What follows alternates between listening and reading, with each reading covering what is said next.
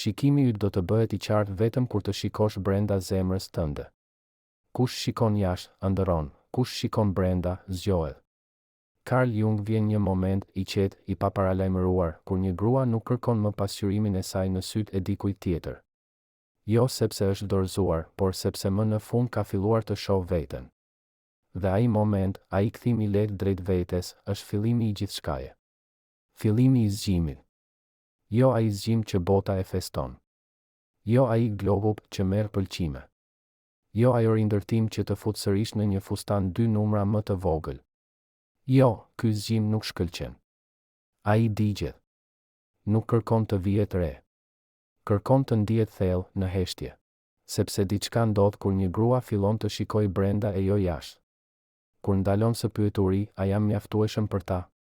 Dhe fillon të pyes, a është kjo mjaftueshëm për mua? Shikimi i saj pastrohet. Mjegulla ngrihet. Jo sepse jeta bëhet më e lehtë, por sepse ajo ndalon së filtruarit vlerën e saj përmes lenteve të dikujt tjetër. Nuk të mësojnë këtë lloj fuqie.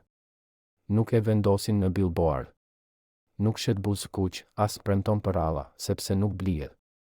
Nuk është performative. Nuk është reaktive. Është e brendshme, e imët, tokëndryshuese. Nuk ka të bëjë me të bërë më e zhurmshme apo më e ashpër. Ka të bëjë me të bërë e rrënjosur, e qëndërzuar, e gjallë në lëkurën tënde.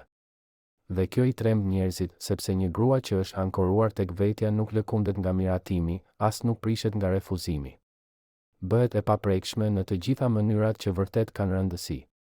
E vërteta është se fuqia femërore nuk gjendet tek rinia, bukuria apo zgjedhja prej dikujt. Gjendet në atë moment kur një grua kupton se nuk ka pse të ndjek dashurinë, të performojë mirësinë apo të dëshmojë butësinë. Ajo thjesht duhet të kujtoj kush është nën gjithë atë zhurmë. Dhe kur e bën, kur vërtet e sheh, ky është zgjimi. Dhe është i pakthyeshëm.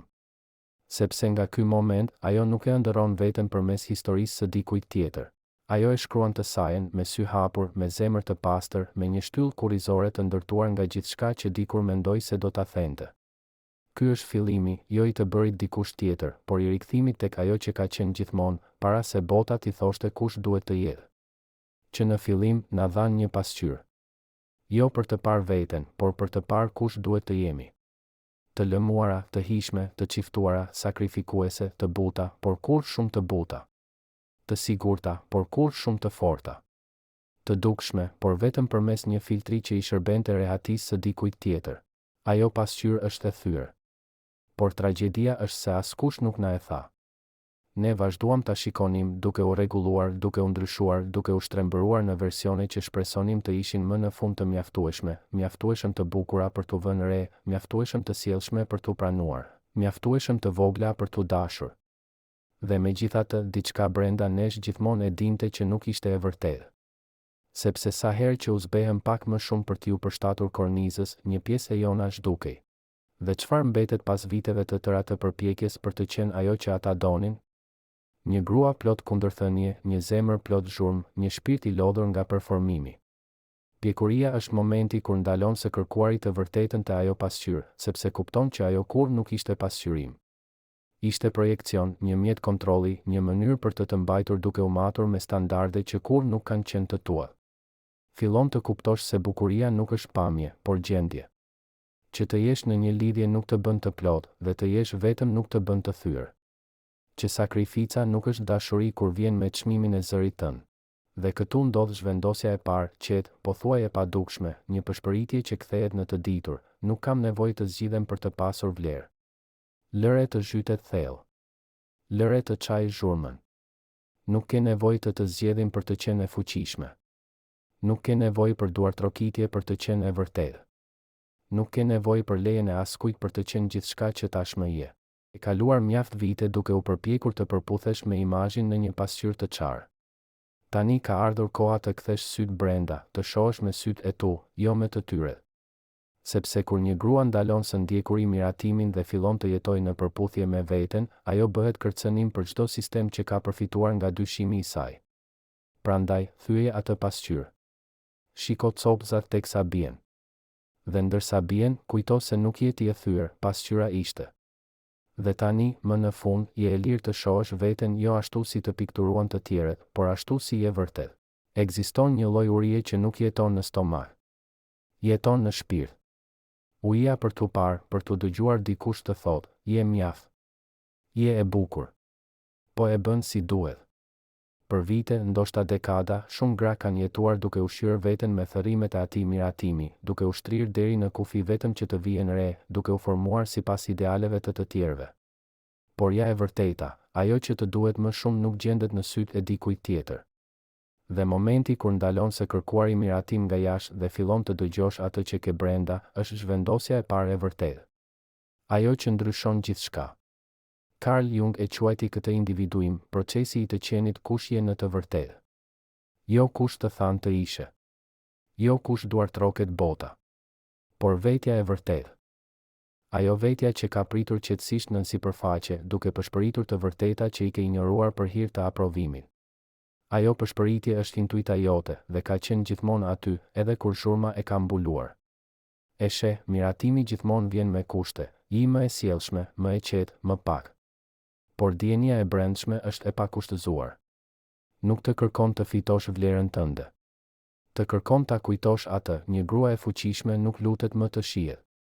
Ajo e sheh veten. Nuk e kuron më jetën e saj për duartrokitje.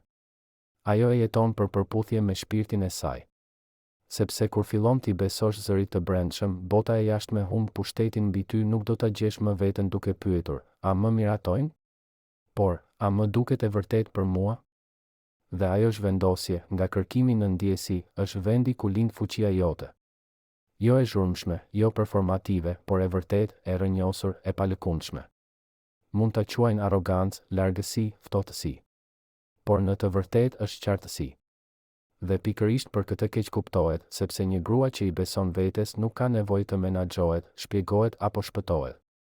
Ajo thjesht lëviz dhe lëvizja e saj trazoi gjithçka që mbështetej tek pasiguria e saj për të mbijetuar. Ky është ndryshimi nga etja për duartrokitje tek nderimi i dijes tënde të brendshme. Dhe pasi kalon atë prag, do të pyesësh veten pse ndonjëherë kërkove diku tjetër leje për të qenë ajo që je. Ekziston një lodhje e veçantë që vjen nga të qenit shumë e sjellshme për shumë gjallë. Një lloj lodhjeje shpirtërore që ndërtohet sa herë thua po kur i gjithë trupi yt po bërtet jo. Dhe për shumë gra, kjo ngatërohet me dëmshurinë, me dashurinë, me të qenit person i mirë. Por ja e vërteta, të kënaqurit e të gjithëve pa pushim nuk është dashuri. Është mbraktisje e vetes, e veshur me mirësjellje. Diku gjatë rrugës, grave ju mësua se për të qenë të denja duhet të jenë të pajtueshme, se për të ruajtur paqen duhet të humbasin zërin e tyre, se është më mirë të pëlqejnë se sa të jesh e tëra. Por pjekuria sjell me vete një rebelim të shenjtë, një kryengritje të qetë që thotë, mjaft. Ky është zhvendosja e dytë. Moment kur një grua ndalon së përkuluri për të kënaqur të tjerët dhe fillon të vendos kufi pa kërkuar falje. Jo nga zemërimi, as nga hidhërimi, por nga diçka shumë më e fuqishme, respekti për veten. Carl Jung foli për hijen, pjesët e fshehura të vetes që na mësojnë t'i refuzojmë. Dhe shpesh kjo përfshin pjesën tonë që thotë, edhe unë vlej. Pjesën që guxon të thotë jo. Pjesën që largohet. Pjesën që refuzon të tkurret për rehatin e të tjerëve. Integrimi i kësaj hije nuk e bën një grua më të ashpër. E bën më të plotë. Kufit nuk janë mure. Janë ftesa. Ato thonë, nëse dëshiron të jesh këtu, afrohu me respekt. Afrohu me të vërtetë. Afrohu me kujdes. Sepse gruaja që po i afrohesh nuk jeton më në sakrificë. Ajo nuk po e shpjegon më veten pa fund, as nuk po e zbut fjalën jo me një duzinë justifikimesh. Ajo e di që mbrojtja e paqes së saj nuk e bën egoiste. E bën sovrane. Dhe ja çfarë ndodh më pas, njerëzit që të donin vetëm për bindshmërinë tënde fillojnë të largohen. Ata që të nderojnë, qëndrojnë. Zhvendosja i zbulon të gjitha, përfshirë edhe veten tënde. Fillon të vëresh se si të thuash jo ndihet si oksigjen, se si mos shpëtimi i të tjerëve nga parehatia e tyre të kthen kohën, energjinë, jetën. Ky është fuqia e kufive, jo si mbrojtje, por si deklarat, nuk jam më e disponueshme për asgjë që më kërkon të tradhtoj veten për t'u përfshirë. Dhe kjo është liri. Për vite me radhë, ajo fsheu pjesët e vetes nga të cilat kishte frikë se ishin shumë skajet e thyra, zemërimin, të egra, plagët që kur nuk u shëruan plotësisht. Ajo e mësoi herët se për t'u dashur duhej të ishte e lehtë, e këndshme, e sjellshme, e pranueshme. Por kjo nuk ishte e gjithë historia. Dhe tani ajo e di, sepse shërimi nuk erdhi përmes mohimit. Erdhi përmes pranimit. Ati të çrregullt, të dhimbshëm, ati që Carl Jung e quajti punë me hijen, procesi i shenjtë i rimarrjes së gjithçkaje që na mësuan ta mohonim. Hija nuk është e keqe. Është thjesht e padashur. Është vetja e dëbuar, e shtyrë nën tokë sepse dikur i thanë se ishte shumë emocionale, shumë e zemëruar, shumë intensive. Por tani ajo nuk kërkon më falje për thellësinë e saj. Ajo e zotëron atë. Ky është zhvendosja e tretë, nga turpi në integrim. Ajo nuk e fsheh më të shkuarën e saj. E mban si hartë. Çdo plagë, çdo heshtje, çdo moment kur i thanë të tkurret, formojnë projektin e bëjes së saj.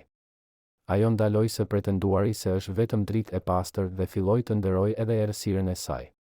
Sepse tërësia nuk gjendet në përsosmëri, por në përfshirje. Ajo është si zjarri dhe qetësia, stuhia dhe paqja. Dhe asgjë nuk e bën më të fuqishme se sa fakti që ajo e di këtë për veten dhe nuk ikën më prej saj. Bota e mësoi të turpërohej nga kundërshtit brenda saj, të pastrohej përpara se të ishte e denjë për dashuri. Por ajo nuk po pastrohet më. Ajo po e pretendon veten plotësisht, me forcë, me tërësi. Kjo është ajo që ndodh kur turpi takohet me dhëmbshuri. Ai shpërndahet. Shndërrohet në njohje, pastaj në mençuri. Ajo tani e kupton se të metat e saj nuk janë dështime. Janë pragje. Dhe hija e saj nuk është diçka për t'u trembur. Është vetë burimi i forcës së saj. Sepse pasi ke bërë paqe me atë që është brenda teje, asgjë jashtë nuk mund të shkatërrojë. Dhe kjo zhvendosje, kjo përqafim i çdo pjese të saj, shënon fillimin e fuqisë së saj më të thellë. Jo sepse është e pagabueshme, por sepse më në fund është e tëra. Dikur ajo mendonte se dashuria nënkuptonte të kisha nevojë për dikë, se për të qenë e plot duhej të përqafuar, se pa një partner ishte e papërfunduar, duke pritur të zgjidhej, të shpëtohej, të ishte mjaftueshëm në krahët e dikujt tjetër. Por ajo nuk po pret më. Kjo ishte para zhvendosjes së katërt, nga varësia në sovranitet emocional. Ajo nuk vrapon më pas dashurisë, as nuk i mbahet pas iluzionit se dikush tjetër duhet ta plotësojë. Nuk jeton më në borxh emocional, duke shkëmbyer heshtjen për siguri apo duke u tkurrur për të ruajtur paqen.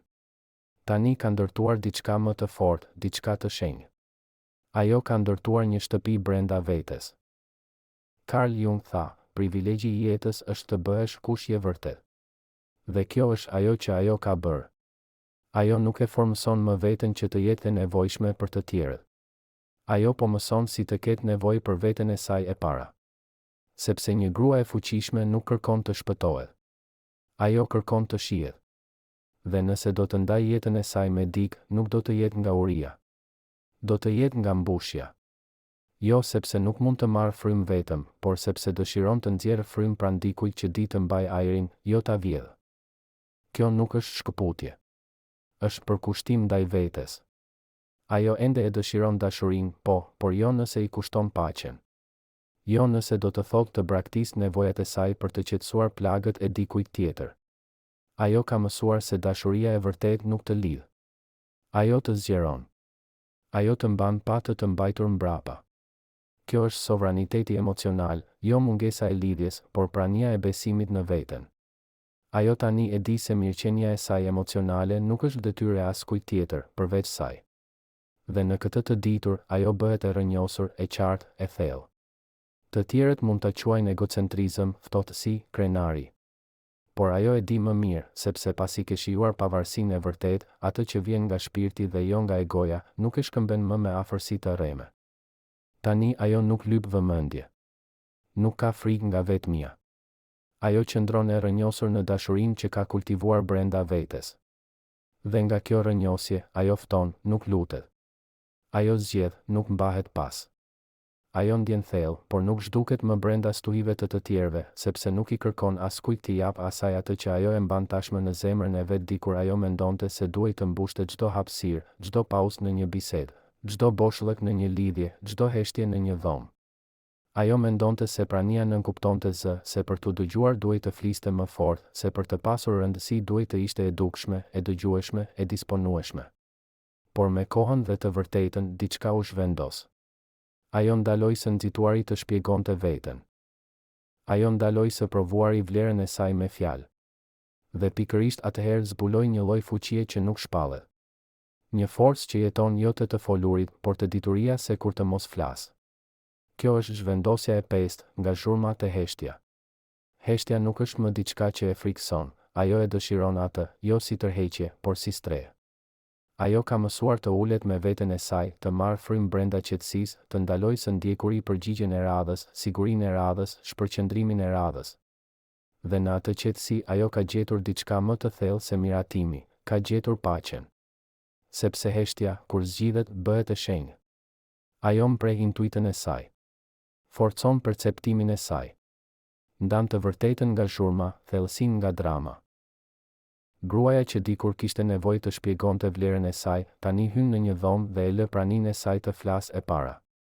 Dhe ajo flet. Ajo tani e di se jo çdo pyetje meriton përgjigje. Jo çdo ftesë kërkon pranimin.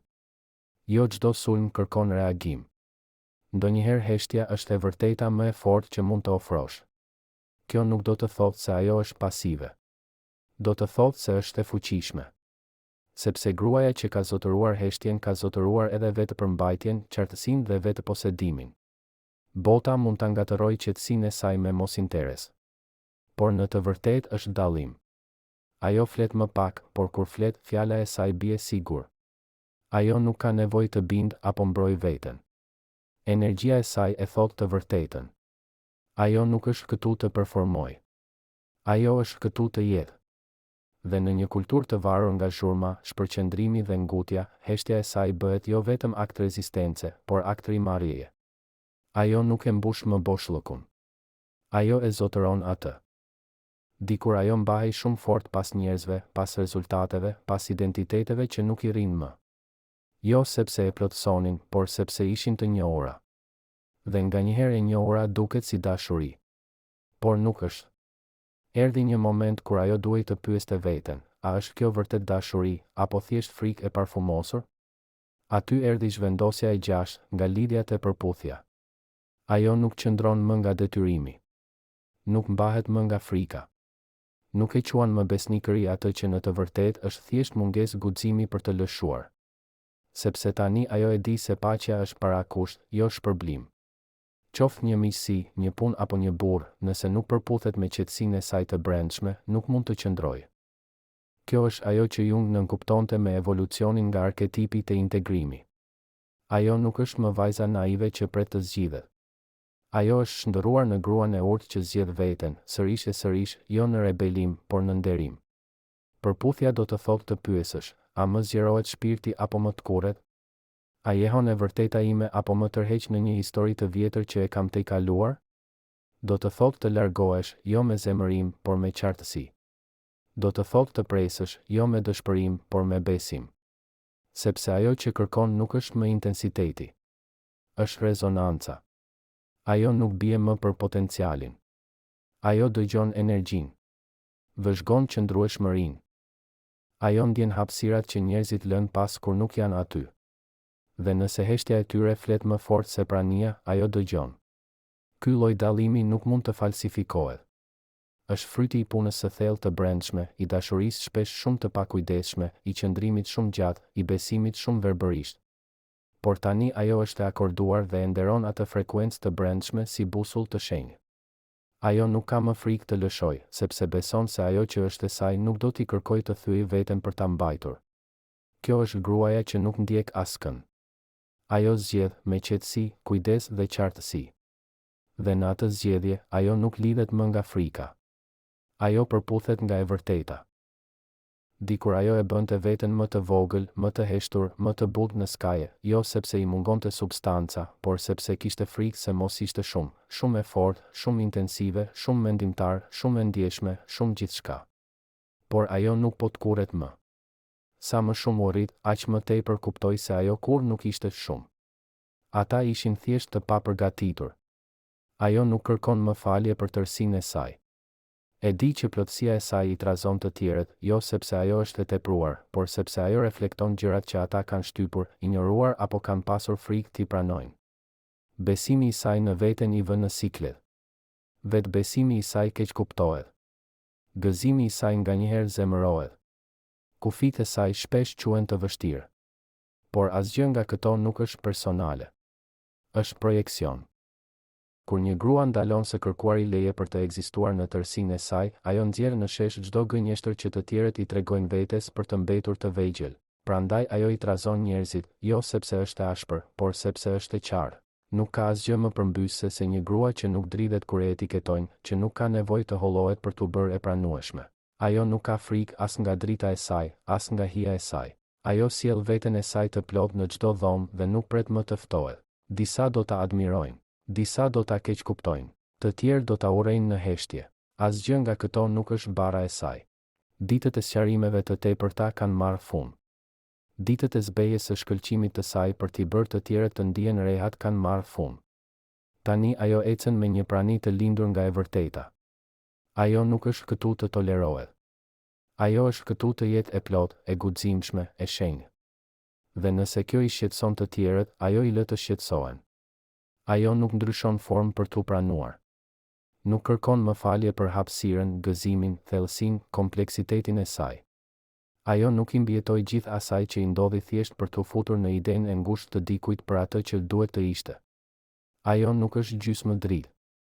Ajo është e gjithë flaka. Ka pasur një kohë kur feminitetin e mbante si kostum, buzëqeshje e butë, zë I ulët, këmbë të kryqëzuara, të gjitha siç duhet. Jo sepse e ndjente të vërtet, por sepse e ndjente të sigurt, të pranuar, të dëshiruar. Kështu ishte mësuar, të performonte butësi, të ishte e qetë edhe kur gjakoste, të tërhiqte vëmendjen përmes sakrificës. Por ato ditë kanë mbaruar sepse diçka e shenjtë I është kthyer. Feminiteti I saj nuk është performancë, por fuqi. Ajo nuk vepron më e butë. Ajo është e butë sepse është mjaft e fortë për të qenë e tillë. Butësia e saj nuk vjen më nga frika apo nënshtrimi, por nga një burim vetë respekti që rrjedh thellë e kthjellët. Sensualiteti I saj nuk është I kuruar për vëmendje. Ai jeton në praninë e saj, në mënyrën si merr frymë, si flet, si lëviz në hapësirë. Ajo nuk e shfaq. Ajo rezaton. Jo të gjithë mund ta emërtojnë, por të gjithë e ndjejnë. Ajo nuk ka asgjë për të provuar. Nuk përpiqet të jetë si djemt apo zonja e përsosur. Nuk po luan role. Ajo po mishëron esencën. Feminiteti I saj nuk është reaktiv. Është I integruar. Asaj nuk I duhet miratim për të ditur se është rrezatuese. Nuk I duhet një burr për t'u ndier e dëshirueshme. Nuk ka nevojë ta zbusë veten për t'u respektuar. Tani butësia e saj ka kufi. Dashuria e saj ka dallim. Prania e saj ka peshë. Ajo e ka rishkruar vetë për kufizimin e feminitetit, jo si nënshtrim, jo si joshje, por si sovranitet. Feminiteti I vërtet nuk është I brishtë. Është I egër dhe I fuqishëm. Ai ushqen, por edhe mbron. Ai rrjedh, por nuk lyp. Ai shëron, por nuk sakrifikon veten. Kjo I tremb njerëzit, sepse një grua që e njeh fuqinë e saj dhe e mban atë me hir të qetë nuk mund të manipulohet më. Ajo nuk është këtu të luajë lojën. Ajo po I ndryshon rregullat krejtësisht. Ajo ecën në të vërtetën e saj pa kostum, pa maskë. Nuk ka nevojë të bëhet dikush tjetër për të qenë e fuqishme. Ajo tashmë është. Gruaja më e rrezikshme në botë nuk është e zhurmshme apo agresive. Ajo është e qetë, e sigurt, e plot dhe së fundmi është kthyer në shtëpinë e vet, tek vetvetja. Dikur I thoshin se fuqia dukej në një mënyrë të caktuar, e zhurmshme, e mbret, komanduese. Se për të drejtuar duhej të dominonte. Që për të respektuar duhej të braktiste butësinë, të ashpërsonte zërin, të konkuronte si burrat. Por asgjë nga këto nuk I dukej e vërtetë. Fuqia e vërtetë, ajo që të rrënjos, që lëviz dhoma dhe ndryshon jetë, nuk ka nevojë për vëmendje. Ajo nuk bërtet. Ajo thjesht është. Ajo është magnetike tani, jo sepse po përpiqet, por sepse ka pushuar së shtiruri. Ajo nuk e zbukuron më të vërtetën e saj për ta bërë më të tretshme. Nuk e hollon zjarrin e saj për t'u bërë më e pëlqyeshme. Nuk performon më vetbesim. Ajo thjesht e mishëron atë. Fuqia e saj jeton në praninë e saj, në mënyrën si hyn në një dhomë pa pasur nevojë të provojë asgjë, në mënyrën si dëgjon pa u nxituar të dëgjohet, në mënyrën si e mban veten sikur e di saktësisht kush është dhe nuk ka nevojë për askëm të firmos ekzistencën e saj. Në brendin e saj tani ka një qetësi të shenjtë. Një qetësi që tund sipërfaqen. Kur një grua ankorohet në esencën e saj, ajo nuk konkuron. Nuk bin. Ajo thjesht rrezaton. Kjo e bën të rrezikshme në mënyrën më të bukur. Bota nuk është mësuar me gra si ajo, gra që nuk kërkojnë më vërtetim, që nuk e shkëmbejnë më të vërtetën për vëmendje, që nuk performojnë më. Ajo e di se energjia më e fuqishme është autenticiteti i mbështjellë me qartësi të qetë. Njerëzit e ndjejnë. Jo gjithmonë e kuptojnë çfarë është, por ndalen. Kthehen. E ndjejnë praninë e saj. Jo sepse ajo e kërkon, por sepse nuk shihet më. Nuk e shet më veten. Ajo qëndron në veten e saj. Kjo është ajo që fuqia e vërtet duket. Dikur besonte se dashuria ishte qëllimi, se të gjeje një partner, ta mbaje një partner, të zgjidheshe ishte çmimi. Se plotësia e saj vari disi nga prania e dikujt tjetër. Por tani dashuria nuk është më një mision shpëtimi. Është rezonancë. Marrëdhëniet janë zgjedhje, jo nevojë. Ajo nuk hyn më në dashuri nga boshllëku. Nuk zgjatet më nga zbrazëtia. Ajo pret të vërtetën. Nëse nuk përputhet me plotësinë që ka kultivuar brenda vetes, largohet pa u dridhur. Një partner nuk e plotëson. Duhet t'i shtoj, ose nuk i përket. Ajo nuk ka nevojë për shoqëri për të vërtetuar vlerën e saj. Energjia e saj është e pasur. Vetmia e saj është e shenjtë. Paqja e saj është shumë e çmuar për ta shkëmbyer me nevojshmëri. Ajo ende dëshiron dashuri thellë, por dëshiron partneritet, jo projekt. Një partner që e sheh, jo që e shpëton, që e respekton zjarrin e saj pa u përpjekur ta kontrollojë, që e takon shpirtin e saj pa e shtrënguar të tkurret. Dashuria nuk fitohet me sakrificë. Është kultivuar përmes pranisë së ndërsjellë, sigurisë dhe rritjes. Ajo nuk ka kohë për lojra. Nuk e ngatëron më intensitetin me intimitetin. Nuk ngatëron fluturat e barkut me përputhshmëri. Ajo e ka bërë punën. Ka qenë gruaja që jepte shumë, që priste shumë gjatë, që lutej për thërrime dhe i premtoi vetes se kurrë më. Tani dashuria e saj është dhuratë, jo nevojë. Dhe nëse nuk mbahet me nderim, ajo e mbron fuqishëm, pa dramë, pa vonesë. Ajo nuk është më këtu për të mbjetuar dashurinë. Ajo është këtu ta ndajë atë sipas kushteve të saj ose fare. Dikur mendonte se trashëgimia ndërtohej me gjeste të mëdha, arritje, tituje çmime. Se për të lënë gjurmë, duhej të impresiononte, të provonte, të ngrihej mbi të tjerët. Por tani e kupton se prania e saj është trashëgimia e saj. Ajo nuk përpiqet më të impresionojë. Nuk përkulet më për t'u mbajtur mend. Ajo thjesht është plotësisht. Dhe në atë tërësi, lë pas një gjurmë më të qëndrueshme se çdo plan. Njerëzit mund të harrojnë çfarë tha, çfarë veshi, apo çfarë bëri, por kur nuk harrojnë si u ndjen pranë saj. Kjo është gruaja që është bërë, ajo që ndryshon ajrin me energji, mishërim dhe të vërtetë. Ajo nuk ka nevojë të flasë me zë të lartë. Qetësia e saj ka peshë. Ajo nuk shtyn të duket. Ajo ndihet thellë, pa ndryshueshëm. Kjo është trashëgimia e saj, jo në lavde, por në prani. Hapësira që mban pa pasur nevojë ta pushtojë. Siguria që krijon pa u përpjekur. Mënyra si dëgjon, si qëndron, si ekziston, bollshëm, pa u justifikuar. Kjo prani nuk ishte rastësi. U formësua përmes zemërthyrjes, heshtjes dhe të gjitha viteve që kaloi duke u përpjekur të fitonte vlerën e saj, derisa kuptoi se ajo vet ishte thesari. Njerëzit më të fuqishëm nuk kërkojnë të jenë të paharrueshëm. Ata jetojnë kaq në përputhje me veten saqë qenia e tyre bëhet një legjendë e qetë. Ajo nuk ka nevojë për duartrokitje për të ditur se ka ndikuar. Nuk ka nevojë për njohje për të vërtetuar rrugën e saj. Ajo është bërë gruaja e cila ka një esencë që flet më fort se zëri i saj. Kjo, në fund, është trashëgimia e saj. Ajo ka rënë shumë herë. Është dashuruar shumë shpejt. Ka rënë jashtë së vërtetës së saj. Është shpërbër pas dyrëve të mbyllura pa askën që ta shikonte e askën që ta shpëtonte. Por ajo u ngrit çdo herë. Dhe diçka brenda saj ndryshoi. Ajo nuk ka më frikë nga rënia, jo sepse rënia nuk dhemb, por sepse ka mësuar çfarë jeton në anën tjetër të saj, qëndrueshmëri. Jo ajo e lëmuara, por ajo e ashpra, e fituar përmes rënojës. Ajo e ka takuar në vetdijen e saj, ka qëndruar me të, ka gjakosur në të, dhe tani ajo e udhëheq, jo e drejton fshehurazi. Ajo u zgjua nga takimi me veten. Nuk ikën më nga modelet e saj, i sheh, i emërton, dhe e dëgjon dhimbjen e saj.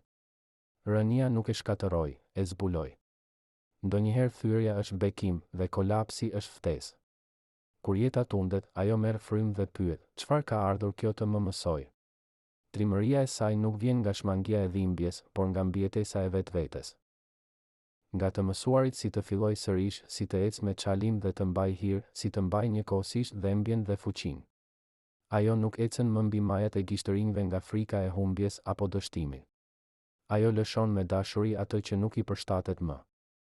Ajo nuk ka frikë nga rënia, ka frikë nga harrimi i vetes. Ajo që të tjerët e pan si vonesë ose mundësi të humbura, ajo e njeh si kohë hyjnore dhe zbulesë. Ato që dukeshin si mbarime ishin fillime. Ajo nuk është përjashtim, është një arketip i ri, e egër, e patrembur nga pritshmëritë, e rrënjosur në instinkt, e rrjedhshme në të vërtetën. Ajo është shëruese sepse ka mësuar të shërojë veten, e urtë sepse mban mençuri të jetuar, jo të mësuar. Ajo nuk pret më leje për të zënë hapësirë, as nuk përkulet për t'u kuptuar. Ajo nuk shpjegon zjarrin, qetësinë apo kufijtë e saj të shenjtë. Ajo është këtu, e gjallë, e pranishme, e plotë. Kjo nuk është e rrallë, kjo është një revolucion i qetë. Gratë kudo po zgjohen, jo për t'u bërë dikush tjetër, por për t'u kthyer tek ajo që gjithmonë kanë qenë. Ajo nuk futet në kuti, nuk udhëhiqet nga frika apo mungesa. Ajo rezaton, prania e saj është ilaç. Heshtja e saj flet shumë. Zgjedhjet e saj krijojnë valë. E vërteta udhëheq me shembull. Nëse diçka brenda teje lëviz teksa e lexon këtë, është kujtim. Ti nuk je mbrapa, je saktësisht aty ku shpirti yt zgjodhi të zgjojë. Nuk ke nevojë të jesh më e re, më e zhurmshme, më e bukur, apo më perfekte. Mjafton të jesh e vërtetë, e pranishme dhe vetja jote. Kjo është e ardhmja e fuqisë femërore dhe fillon tani.